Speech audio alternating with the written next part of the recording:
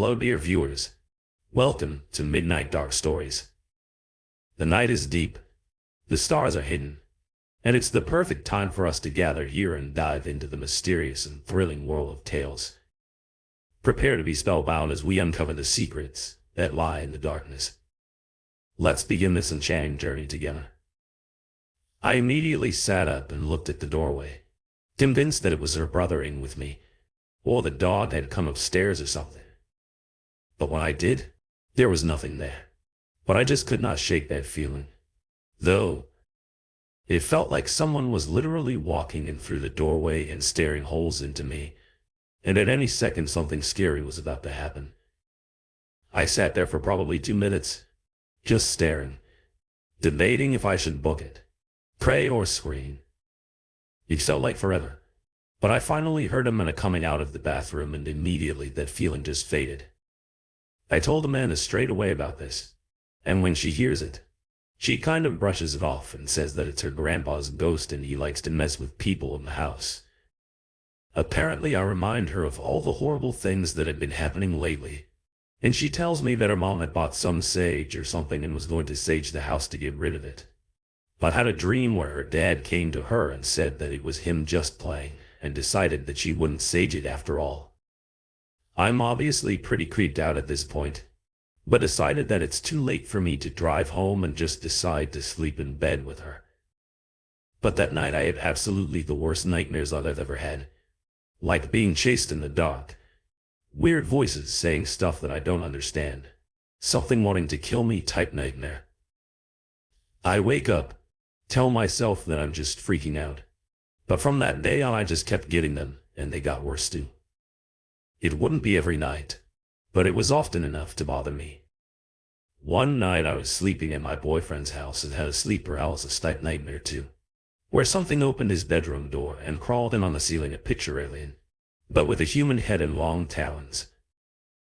I woke up halfway through and able to move and kept trying to call out for my boyfriend, but instead fell back asleep and the dream picked up right where it left off.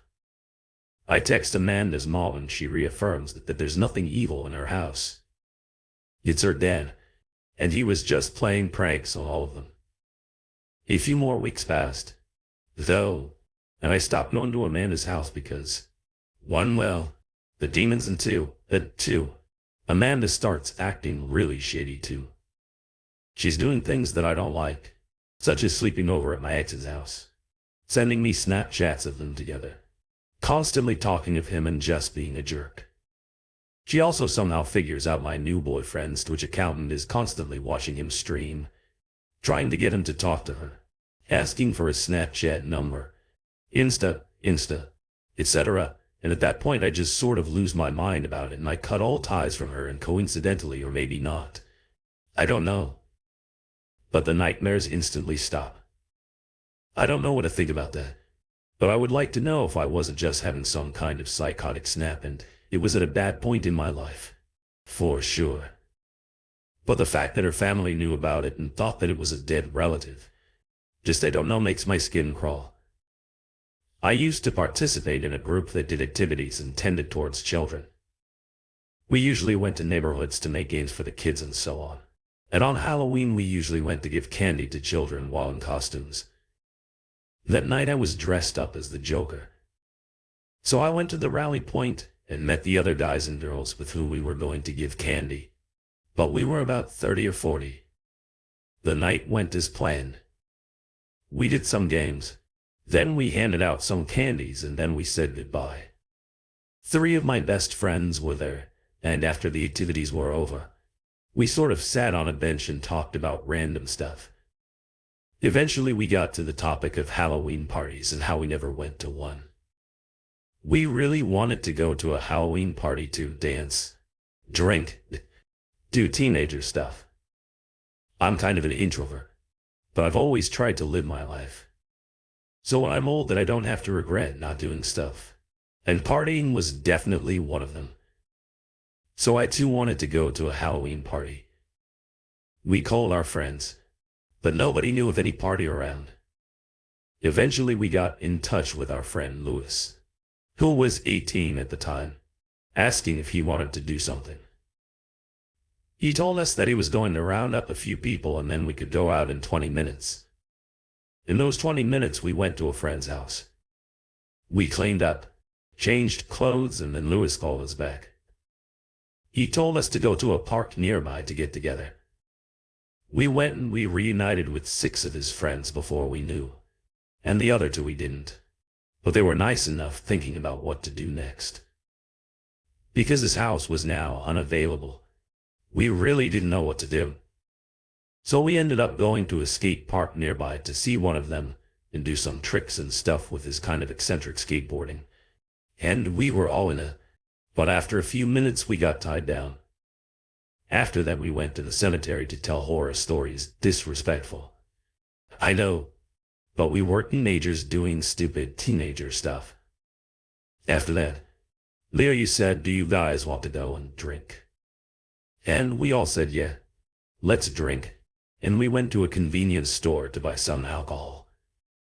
I think I'd have to say that in Chile, people from 16 are expected, yet not legally allowed, to drink unless they with an adult or something. And we were with people from 18 to 21 years old. Legally adult age is 18 here, which is also the drinking age. But we had the alcohol, but we didn't have a place to go and drink it. So we went to a forest that was about 15 minutes outside of town. We couldn't really see much, so we had our phone flashlights on. When we got to a nice, quiet spot, we lit up a fire. We made sure that there was no flammable material nearby, obviously, and in front of us was an open field. Behind us was a wall of bushes, and as the night went on, we spent hours listening to music, drinking, telling funny stories, laughing, playing tag. At one point it was a really good time. That is, until it wasn't so. Before I continue, I think I have to explain what a flate is.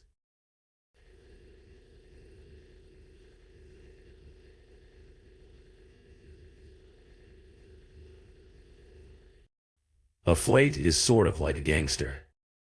They tend to form gangs, and those who are in gangs tend to be really violent and short-tempered. They usually carry firearms or knives. At least this is a really vague description that I'm giving, as not all of them are bad people, and some are very friendly.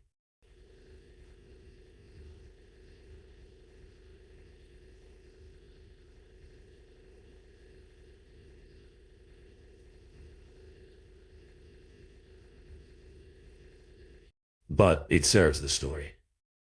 So I think that's all you really need to know.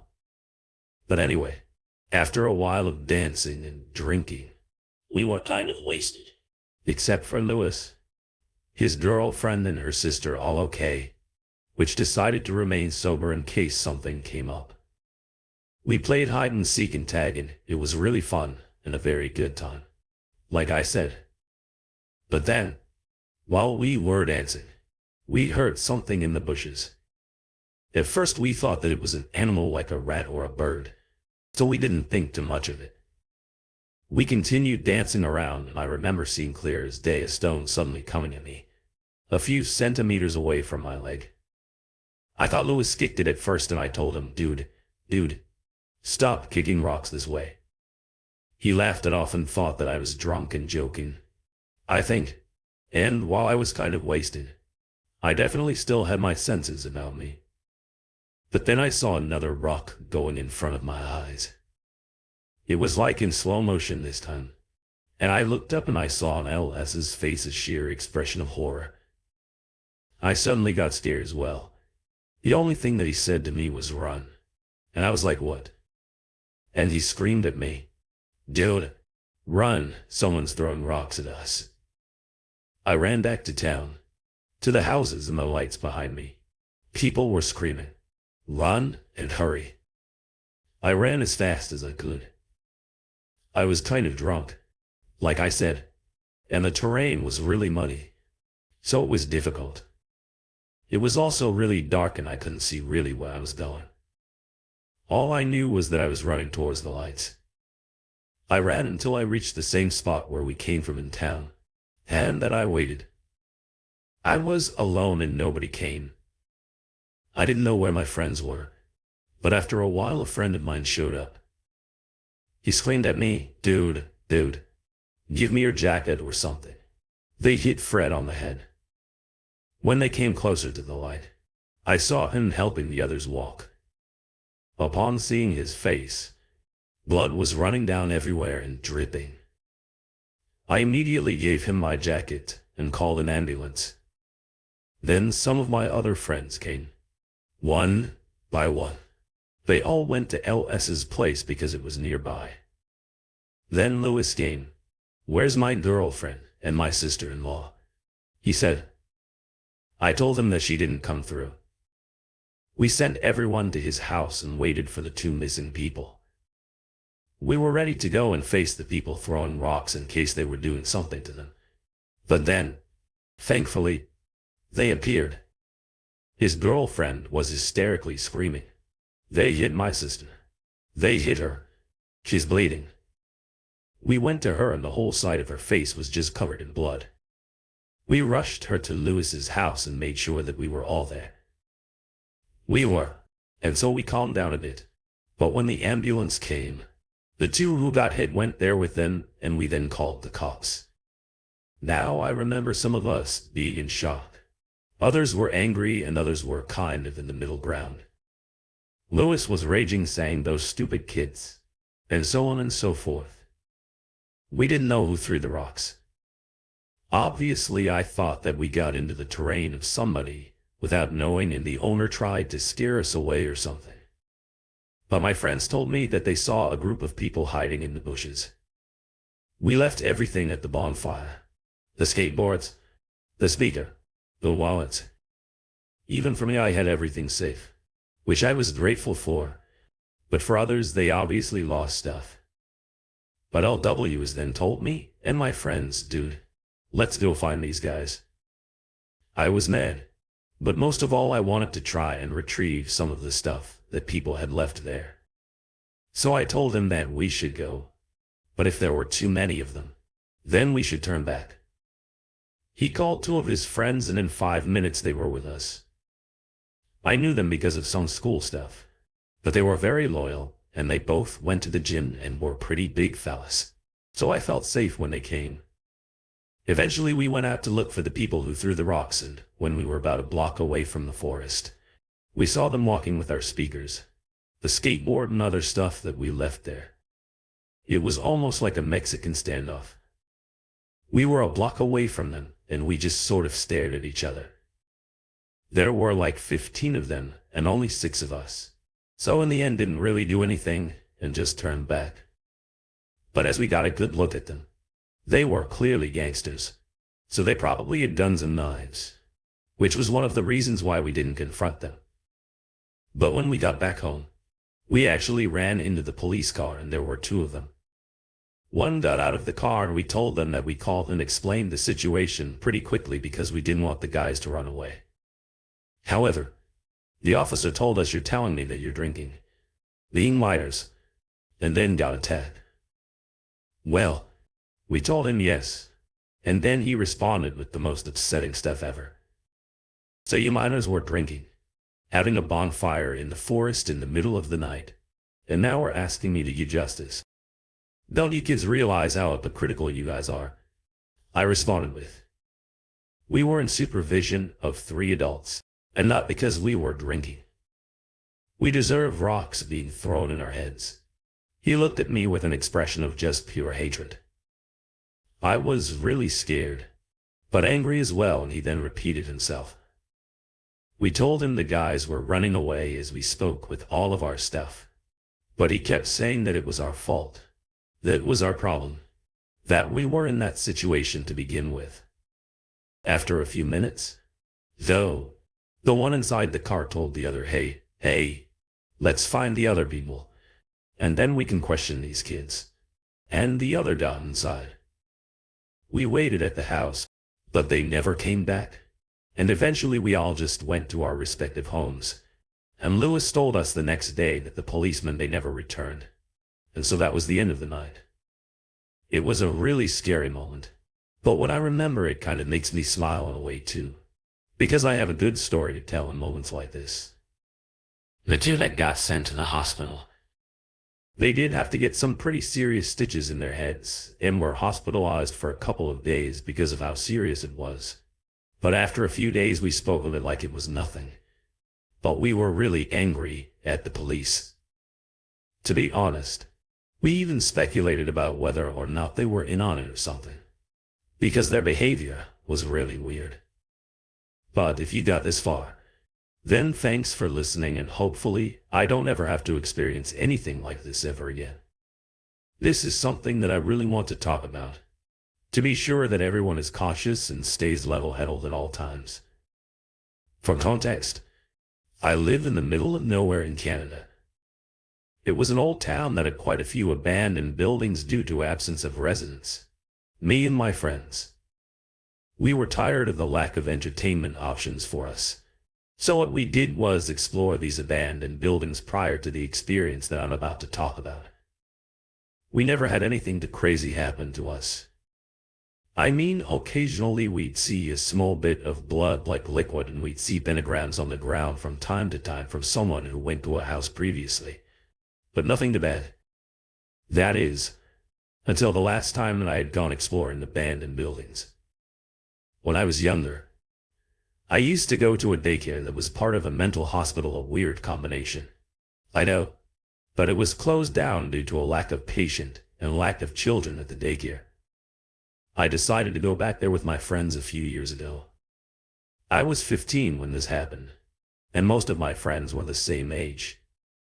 When we got there, it was a rather cliché, I guess, but there was fog. It was rather dark and there was a light drizzle of rain too. We went to the main gate, which was padlocked shut. We decided to help each other hop over it, and we made a ton of noise, but we were laughing and giggling the whole time, unsuspecting of what was about to happen. We looked around the small place park with flashlights that we had on our person. Even with our somewhat powerful flashlights, our visibility was rather limited, but we decided to enter the decaying building. Glass and dirt crunched under our feet as we stepped into the daycare section of the complex. There was still old Legos, with chits from previous furniture, old torn dolls and toys strewed about. But the further that we walked around the daycare section, we naturally became more and more silent until all we could hear was the crunch of dirt under our feet. I found some crayons in a plastic container in the corner of the room.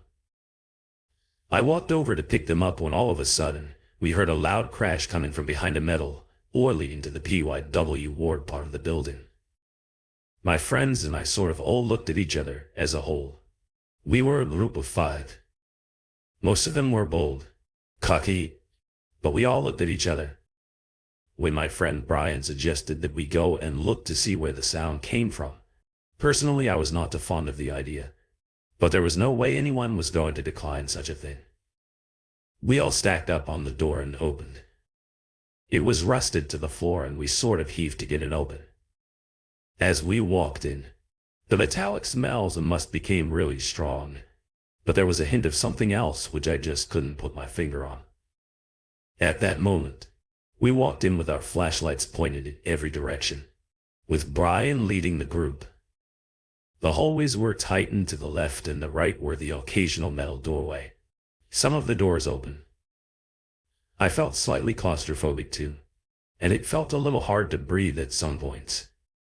As we continued, Brian shot his flashlight into a room and suddenly recoiled. We all stopped walking as Brian slowly entered the room. "What is it?" I asked. "I thought I saw someone here. It seems all fine now. Though, to be honest, I thought that he was just messing with us to increase our anxiety. But looking back, I think that he was completely honest."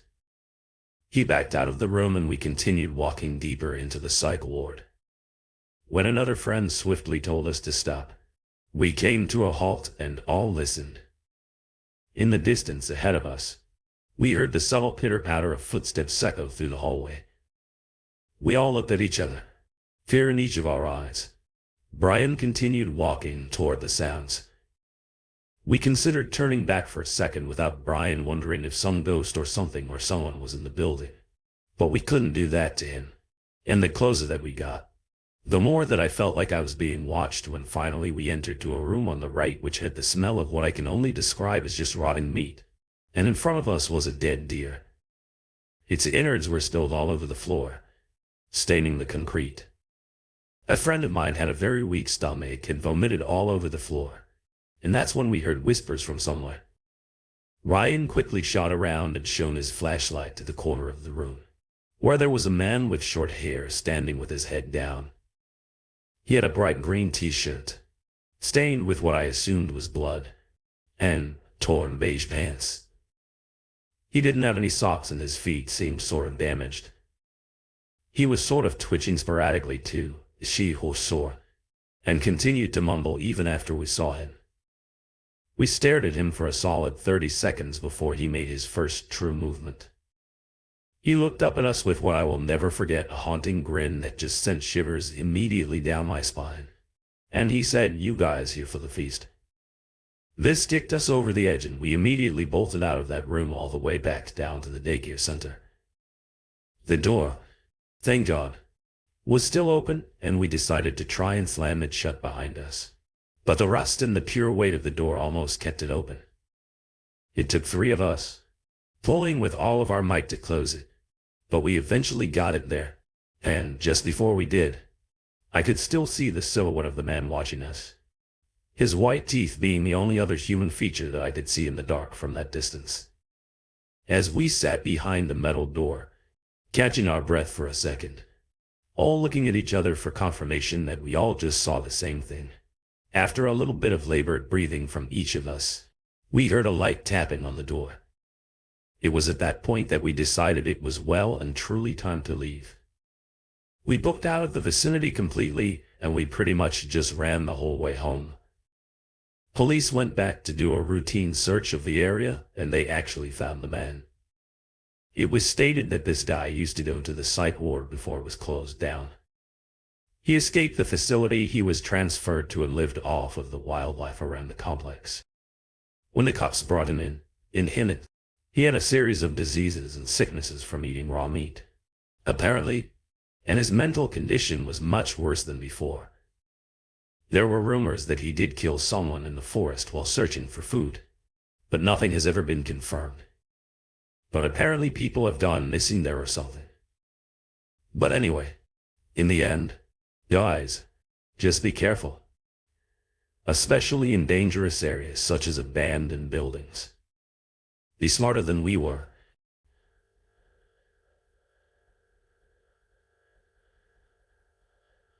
Especially in dangerous areas such as abandoned buildings.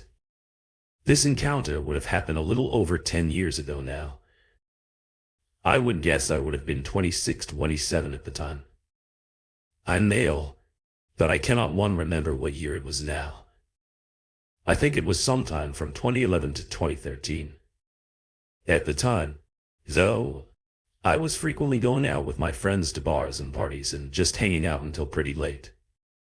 Most weekends. The friend's house that I usually hung out at was on a side street, just off of the main road, where a lot of popular and crowded bars and restaurants were. You had to park on the street at his house, and during the weekend, when it was busy, it was pretty common to have to park a number of blocks away. But the street closer to the bars was pretty nice if you went a few blocks in the opposite direction. You got a little sketchy at night. Though, anyway, after hanging out one particular night, I had to walk back to my car pretty late, which was parked a number of blocks away towards the slightly sketchier area. This was during the winter, so I was wearing some kind of heavy sweater or pullover and a beanie or knit hat.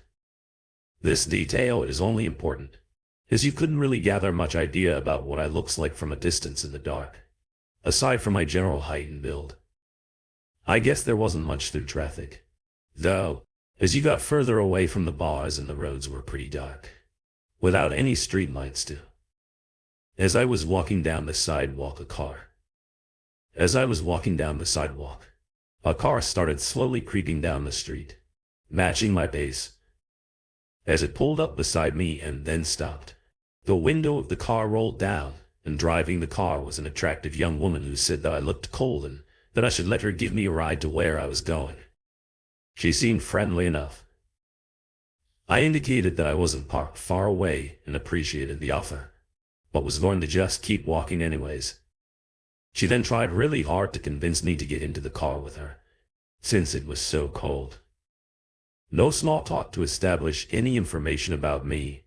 Mind you, to make sure that I wasn't a weirdo, just asking me to get into the car pretty aggressively, based on what I was wearing, how dark it was. There was no way that she could really have had much idea about what I actually looked like, to possibly find me attractive. And even if she did, I didn't know many women who would pick up a male stranger after midnight when, alone in the car like that. There were about 10 cars nearby she could have gone to. If she just wanted to pick up a guy, there was no reason that I could think of that. She would have to resort to driving around offering to pick up strangers. She continued to drive alongside me, though, and offered me a ride again, which I declined and just kept going. I picked up my pace and she eventually drove off. But as soon as she was a few blocks away, I quickly got to my car and made sure that there was nobody looking around or close by. But I don't know. The whole scenario just felt so off and didn't make sense to me. I asked my friends about it later, and all of the women agreed they wouldn't offer a random guy a ride at nighttime. They wouldn't offer a random guy a ride at nighttime in a scenario, even if the guy did look like Ryan Gosling.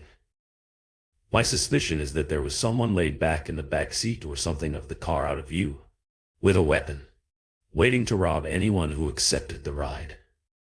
I couldn't really figure out any reason that she would be offering rides like that to complete strangers in the middle of the night, as it would be very unsafe for her to just pick up random strangers like that. I just assumed that there had to be something nefarious going on in that car, and I do wonder what would have happened if anyone would have just hopped in there with her. This story happened to me back when I still lived at my parents' house. I was commuting to college at the time and had 3 siblings that also lived at home, my brother and 2 sisters. For some context, we lived on 5 acres in rural Ohio, surrounded on both sides by woods and farm fields. Additionally, during the week, my dad normally left for work at like 2 in the morning, so I had always felt like it was my job to be the man of the house, because he was gone during the times when you would imagine something sketchy happening. However, on this night, because it was the weekend, my dad was home. I woke up to the sound of my brother's voice trying to get my attention, but we had separate rooms upstairs, and coming out of our rooms, you would sort of look down over the banister to see our front door. And when I woke up, it took me a few moments to get out of the haze and realized what was going on. I looked at the clock and it was around 2:30 in the morning, and my brother told me that there were 2 men at our front door. Of course, now this is a real wake-up call. Obviously so, I was pretty much awake now. But we quietly walked out of my room and peeked over to look down at the front door. When we looked, there was no one at the door, but I noticed my parents off to the side at a view of the glass on the front door. I whispered down to my dad and he told me that there were 2 guys who had been talking to each other and knocking on the door. Hearing my dad say this freaked me out even more. I went back into my room and grabbed my pistol, quickly shuffling down the stairs after looking to make sure that they weren't at the door anymore. If they had been, they would have easily seen me coming down the stairs, as it is in direct view of the door. My brother is right behind me as we sort of head over to where my parents are, whispering to try and find out what was going on. My parents had woken up to our dog barking, apparently, and come out to see these 2 men knocking loudly at the door. At this point, we see the men return and they begin knocking again, despite the fact that nobody had come to the door and our dog is still actively barking. The fact that they were there at this time, in a location where houses are spread out hundreds of yards and still knocking while the dog was barking, made the situation even more terrifying. After a couple of minutes, The men walk away and we all shuffle across the kitchen and into the family room to peek out of the windows into our driveway, which is lit up by our outside light. There was a black Cadillac sitting there, but nobody inside, from what we could see immediately. The question was, where did those guys know that they weren't in their car, and they were no longer at the front door? Unfortunately, we figured out the answer when the handles on our back French doors started jiggling. They were actively trying to enter the back of our house with. She enters into the kitchen. At this point, I just remember my mom frantically saying David as pure terror overwhelmed her. Two things happened as well. Adrenaline filled my body as I prepared my handgun, horrified at the very real possibility that I might actually have to shoot these men. Secondly, my dad finally grabbed the phone, called the police and calmly told them what was happening. Thankfully, after a minute of jiggling, they stopped at the back door and disappeared again, only to return to their knocking at the front door. However, at this point several minutes had gone by and suddenly we saw the local police fly up in multiple cruisers with their lights on. As they whipped into our driveway and front yard, the two men bolted away, attempting to run the long way around the house across the driveway. One of them disappeared out of view, but the other one was intercepted by an officer yelling for him to get on the ground. He didn't, and he was immediately yelling on the ground. Some of the officers went around the house after the other guy, and one of them came to talk to my dad. As we came out of the front, they ended up finding the other man hiding in my sister's little playhouse in the backyard, and it appears that both of them were drunk or high or something, as one of them had actually hid cocaine on himself. And while they were both arrested that night, we actually never did find out what they were charged with or what happened in the end. Needless to say, the whole experience was not fun, and it's definitely something that I do not want to go through ever again. So I, a 26-year-old male, have had what I believe is either two paranormal experiences, or maybe my mind is playing tricks on me when I was in year 10, around 15 years of age. Around 2011 I was staying up late on a Saturday night. I was chilling in the lounge watching Comedy Central on TV under a blanket. It was winter in New Zealand. Around midnight, as I was watching TV, I saw what resembled a young boy with a bow-styled haircut, and what I can assume is eyes as sockets just pop out by the front door, which was maybe 10 ft from where I was sitting. I won't deny that my heart was wearing its brown pants. That night I slowly got up, wrapped my duvet around like it was going to protect me. Then this little person disappeared in front of my eyes. I proceeded to basically put the light switch through the wall. As I turned the lounge light on for protection, I slowly peeked around the corner to see if he was still there. But no, he was gone. I'm not sure why. I slowly searched the house looking for him as my family left tea. But in the end I found nothing. The next day, as I was in the lounge with my family, I saw it in the corner of my eye. At the end of the hallway, that same little boy go from what was our wash house, walk into what was our cupboards. Yes, like a full-body apparition. I told my mother, who was sitting next to me, about it, but she told me that she saw him a few days prior and had invited him into the lounge at one point, apparently. And well, we moved shortly, a few months more after that. The second experience, though, was around Co. My family and I had to move from a house that we lived in for nearly 10 years because the landlords were selling it again. I was watching TV late at night and I decided to go to bed at around 1 in the morning. So I walked to where my room was at the end of the house, in total darkness. I knew the layout of the house like the back of my hand, and as I turned, I go into my room. I bumped into something. I suddenly looked in front of me, and there was what I can only describe as a shadow of a person that was kind of darkness. That was blacker than the blackness of the night.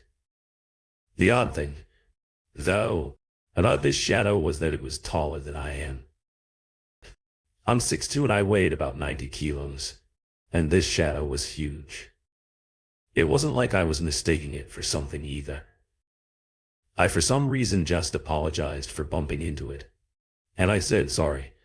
Mate. Not thinking that maybe this shadow person could have been a person who entered the house unlawfully or something. But after said realization, my heart put on its brown pants again. I wasn't as brave to go looking for said shadow person on this encounter, and I proceeded to hide in my bed under the covers like the big coward that I am. So for this I'm going to refer to my friends as bridesmaid of honor and niece, because this was a back-a-letter trip. It will be a year in March when my friends and I went to Chattanooga 10 to celebrate my childhood best friend's marriage. It was a beautiful house on the Tennessee River, very private and peaceful atmosphere. It was on a nature trail, so it felt very isolated, though it was close enough to the city for us to go out and have some fun too. Anyway, we all had a great time in the city, then came back and started a fire in the fire pit. We hung out until we got tired and eventually we went to bed. We all decided to bunk in the same room that had 3 double bunks and 1 full bed. It was a large room and we thought that we could all watch a movie together in there, but ended up all deciding that we needed sleep to drive back the next day. As my friends are used to falling asleep early, I'm not, so I was still wide awake as they were sleeping. I got my phone and I started scrolling. I know it's a bad habit, but I had really no other options of reading a book or anything. As I'm laying there, I just get this feeling all of a sudden, and it's not a good one. I have had one paranormal experience before this, and it didn't make me feel scared. I just felt a bit confused, I guess, but this was different. I felt my hair stand up like that feeling of something with ill intent was near me. I look up at the other bunks. My friends look fine, so I continue scrolling, and then I get the feeling again and I look up. And this time I look towards the full-size bed with the bride and her little niece who tagged along were, and I see a dark figure head bent down looking down at the niece. But my heart stopped. I couldn't move. I kept thinking to myself that it's just a shadow from the stairway light coming in the room. Surely I look down at my phone and eventually I get the courage to move my thumbs to text my boyfriend how scared I was. Which didn't help, considering that he's not a believer in anything of that nature. So he just says that you're just seeing things. But after this I look up and the figure is gone. Which didn't make me feel any better. Only worse. Because it only confirmed that what I saw was in fact a shadow from something and not a light in the stairway or anything. So I jumped off from my bunk and bolted up the stairs and crashed on the couch, and I just felt like a small kid who just watched a horror movie. I also kept hearing what sounded like creaking from the stairs. I thought of the old phrase, "It's just the house settling," to try and calm myself. Then I called my boyfriend, and he talked me down and I thought that he was probably right. But I was still shaking up. Eventually I fell asleep at around 4 in the morning when the creaking stopped, but woke up at around 6, and I got the courage to go downstairs to get into my bag for clothes in a few minutes after the maid of honor comes up and she looks confused and kind of freaked out and then says, "Hey, did the bride come up here at all?" I said when, because I only slept at hours and I've been up since like 600. She then says, "Well, I mean about that time." I could have sworn that I saw her up and go up the stairs. I said, No, I don't think she came up here." She says, well, I know I saw someone go up the stairs." Her face was white with fear and I said, "Did you check the bed?" She then goes back down and looks and says in confusion, "She's in bed." And so I just stood in confusion and said, "Well, what time did you say you saw her again?" And she said that, "Well, only a couple of minutes ago. It's a 605. And I said, "Maybe you just heard me.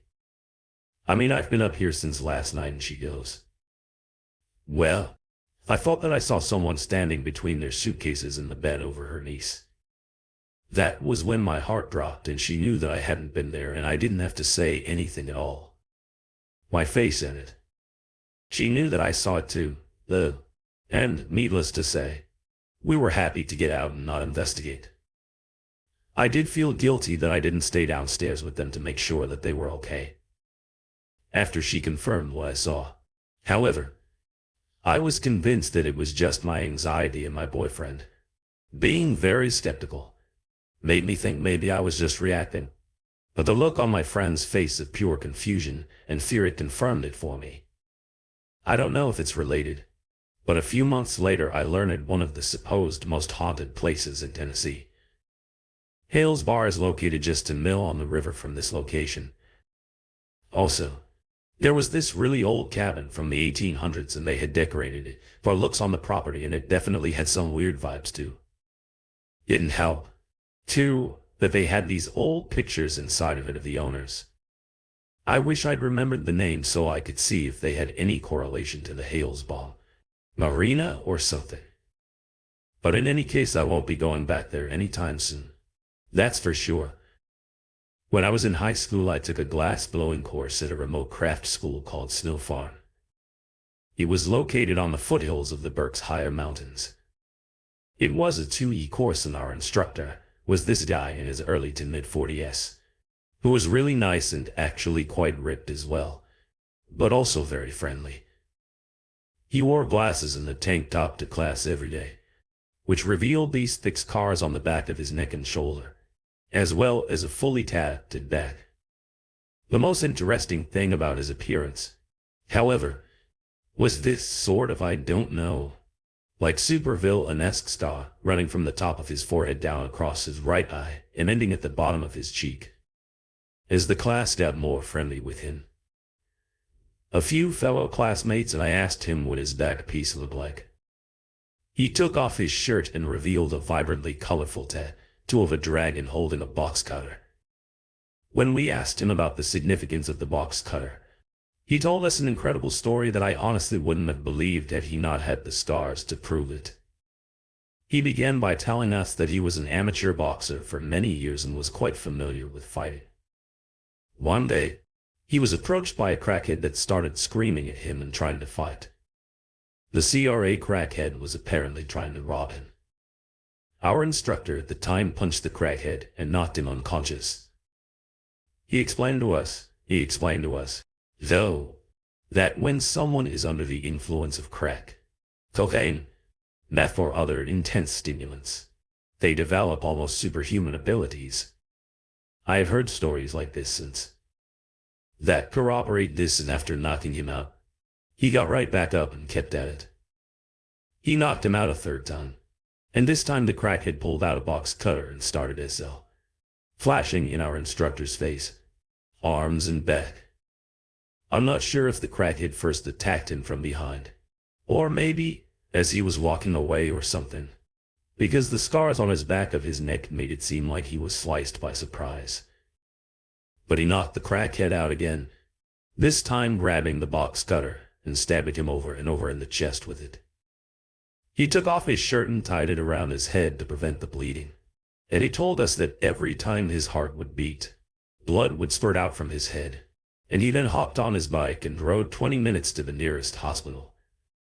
This story truly sounds like it's out of a movie, but our instructor later explained to me privately that he too was smoking and selling crack. At the time, the fight was the result of a crackhead trying to steal his crack, apparently, and I asked him if he thinks that he killed the guy, and he said that he had no idea because he left. Immediately afterward, I got to thinking about how deep of a blade one would need to pierce internal organs.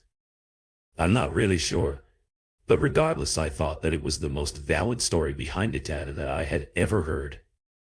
He's been clean for years and he even has a wife and kids now, apparently, and him and his wife are quite successful in the glass-blowing or metalworking industry. So to protect my client, I'll be calling her Mrs. Spooky, because I'm too lazy to come up with a better name. But the 21-year-old female started this job being an at-home healthcare worker back in September. The job at first was your pretty average job. All I basically had to do was to make sure my client was well taken care for and make sure that she had someone to talk to. Everything was very normal up until I started picking up more shifts at night. I'm a college student, and one morning I was getting my client's medication ready when our grandson, who lives with her, is about to walk out to go to work because he kept knocking over this can of Febreze. He then put the can of Febreze in between the couch cushions so it couldn't move. 10 minutes after he leaves the can of Febreze, jumps out of the couch cushions, does a flip and lands straight upwards. I freak out for a second, but then I play it off and tell myself that there's a reasonable explanation. But it keeps continuing, frames falling off of walls, people talking in the kitchen and hallway when nobody is home but me and my client, things being thrown at me, even the figure of a face smeared against the kitchen window, and even shadow people at times. But last night was definitely the worst of it. You see, I got there early yesterday because my client had a food package waiting to be put in the fridge. My client greets me with a smile, and I make her some mac and cheese. After I put the food up, my client dropped the fork and asked me to wash it, so I did. While cleaning off the fork, I hear a can fall behind me. So I go to pick it up and the scrub brush from the sink goes flying at me. Obviously, I'm spooked by that. But it's not the first time that this has happened. So I go back to hanging out with Mrs. Spooky. Things are pretty back to normal until I hear more things start to fall in the kitchen. I think to myself, maybe a cat snuck in again. So I go and turn on the kitchen light, but the light bulb bursts and the house goes from a good 94. My client gets cold easy to a cool 60-ish. At this point, I'm hoping that there was just a weird power association that has just turned everything off. But I rush back to my client. Everything is fine. No power outages. And it's still pretty hot in the living room. But then a shadow moves in the kitchen and this time my client jumps back. Luckily, her grandson pulled up right after this and even he was pretty spooked when I told him what had just happened. But that was one of the first times that I've ever seen her react like that. And that, to me, gave me confirmation that I'm not going crazy and that there's something in here. Maybe it's a ghost or a demon. Or maybe someone has been in the house without anyone knowing it. The storage room that I mentioned earlier creaks open ever so slightly. Not completely, but just enough to see a slit of darkness and plain as day. I hear my mom call me from what sounded like the furthest corner of the storage room, saying that she needed help putting something away. My mom wasn't home at the time and I knew this, but I didn't turn anything off, and I just bolted upstairs and laid on the couch until my uncle got home from school. He asked why I left the Xbox on, and he thought that I was sick and laughed at me, and I just laughed back and said my dad won't happen again. The only other time this happened was actually during a family dinner that we had cousins and pretty much our entire family over for a holiday. My cousins and I were playing with Nerf guns in the living room, and they got hungry at one point and went to get some more food. So I sat by myself in the living room reloading my magazines with darts when something caught my eye upstairs, saying near as the last encounter. Mind you, I'm still 8 or 9 in this scenario. It was my mom's room door and it opened. And because it was like 8 p.m., it was dark upstairs because no one was up there, so there were no lights on. But my mom had walked out from the darkness and kind of waved me over to her with a weird smile on her face. I yelled to her why and she just kept waving me over, not saying a word. But I clearly really saw my mom, so I didn't question her again and started walking over.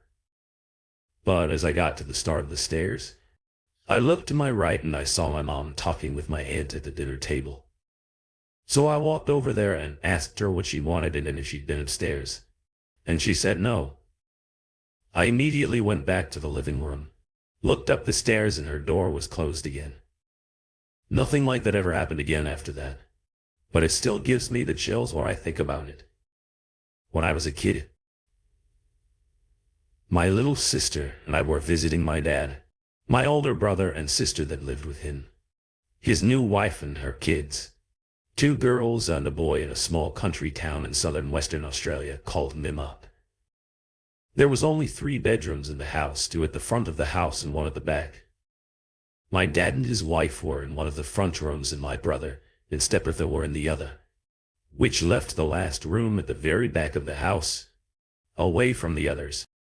For us 5 girls this first night that we were there. It was a very hot summer night and the house didn't have any air conditioning, so being too hot to sleep. We were just sitting in our beds just talking and catching up. Since it had been a few months since we had seen each other, we had opened the bedroom window to catch the small breeze that was blowing in the hopes of cooling the room down a little bit so that we could eventually sleep somewhat comfortably. We're all chatting away and giggling around 1 in the morning and the rest of the household seemed to be sound asleep when suddenly my big sister Sandy told us to all be quiet and listen. When we did, we all heard what I can only describe as a very loud rubber and being snapped over and over again. It sounded like it was on like a loudspeaker as well. And what was even weirder was all the other night sounds that had stopped and the breeze was gone too. It was so still apart from this rubber band noise. We started whispering to each other about what it could be, but really couldn't explain it. Sandy decided that we should go outside and see if we could see what it was, since it sounded so close. Stupid kids. I know, but we all agreed and we headed out into the backyard. Once there, the sound seemed to get louder for just a minute. Then it started to fade away, or even kind of MVE towards the front of the house. The backyard joined to the driveway without any fence or gate. So without saying anything to each other, we all kind of just started following the sound down the driveway. I honestly don't know why. I think we were all just very curious. Once we were out the front of the house, the sound suddenly stopped and it was suddenly eerily still for just a second. And then a baby started crying somewhere out past the front yard on the other side of the road, which was bushland, at least when we talked about it later. This is where we agreed that it sounded like it was coming from again. We followed, but when we got into the middle of the road it started sounding like it was coming from sort of all around us. My little sisters wanted to go back inside at this point, but Sandy was worried that one of our neighbors, toddlers, and got out onto the road somehow. I don't know why this made sense to us, but we started walking up and down the road a few 100 meters each way, looking for any baby or toddler in the drainage ditches on the other side of the road or the edge of the bush. But we just never seemed to get any closer or further away from the crying. After a few minutes the crying just stopped and again it was silence. We all stopped in our tracks and just looked at each other. I was holding my breath, but after a couple of seconds, all the normal night sounds and the breeze just started again like nothing had happened.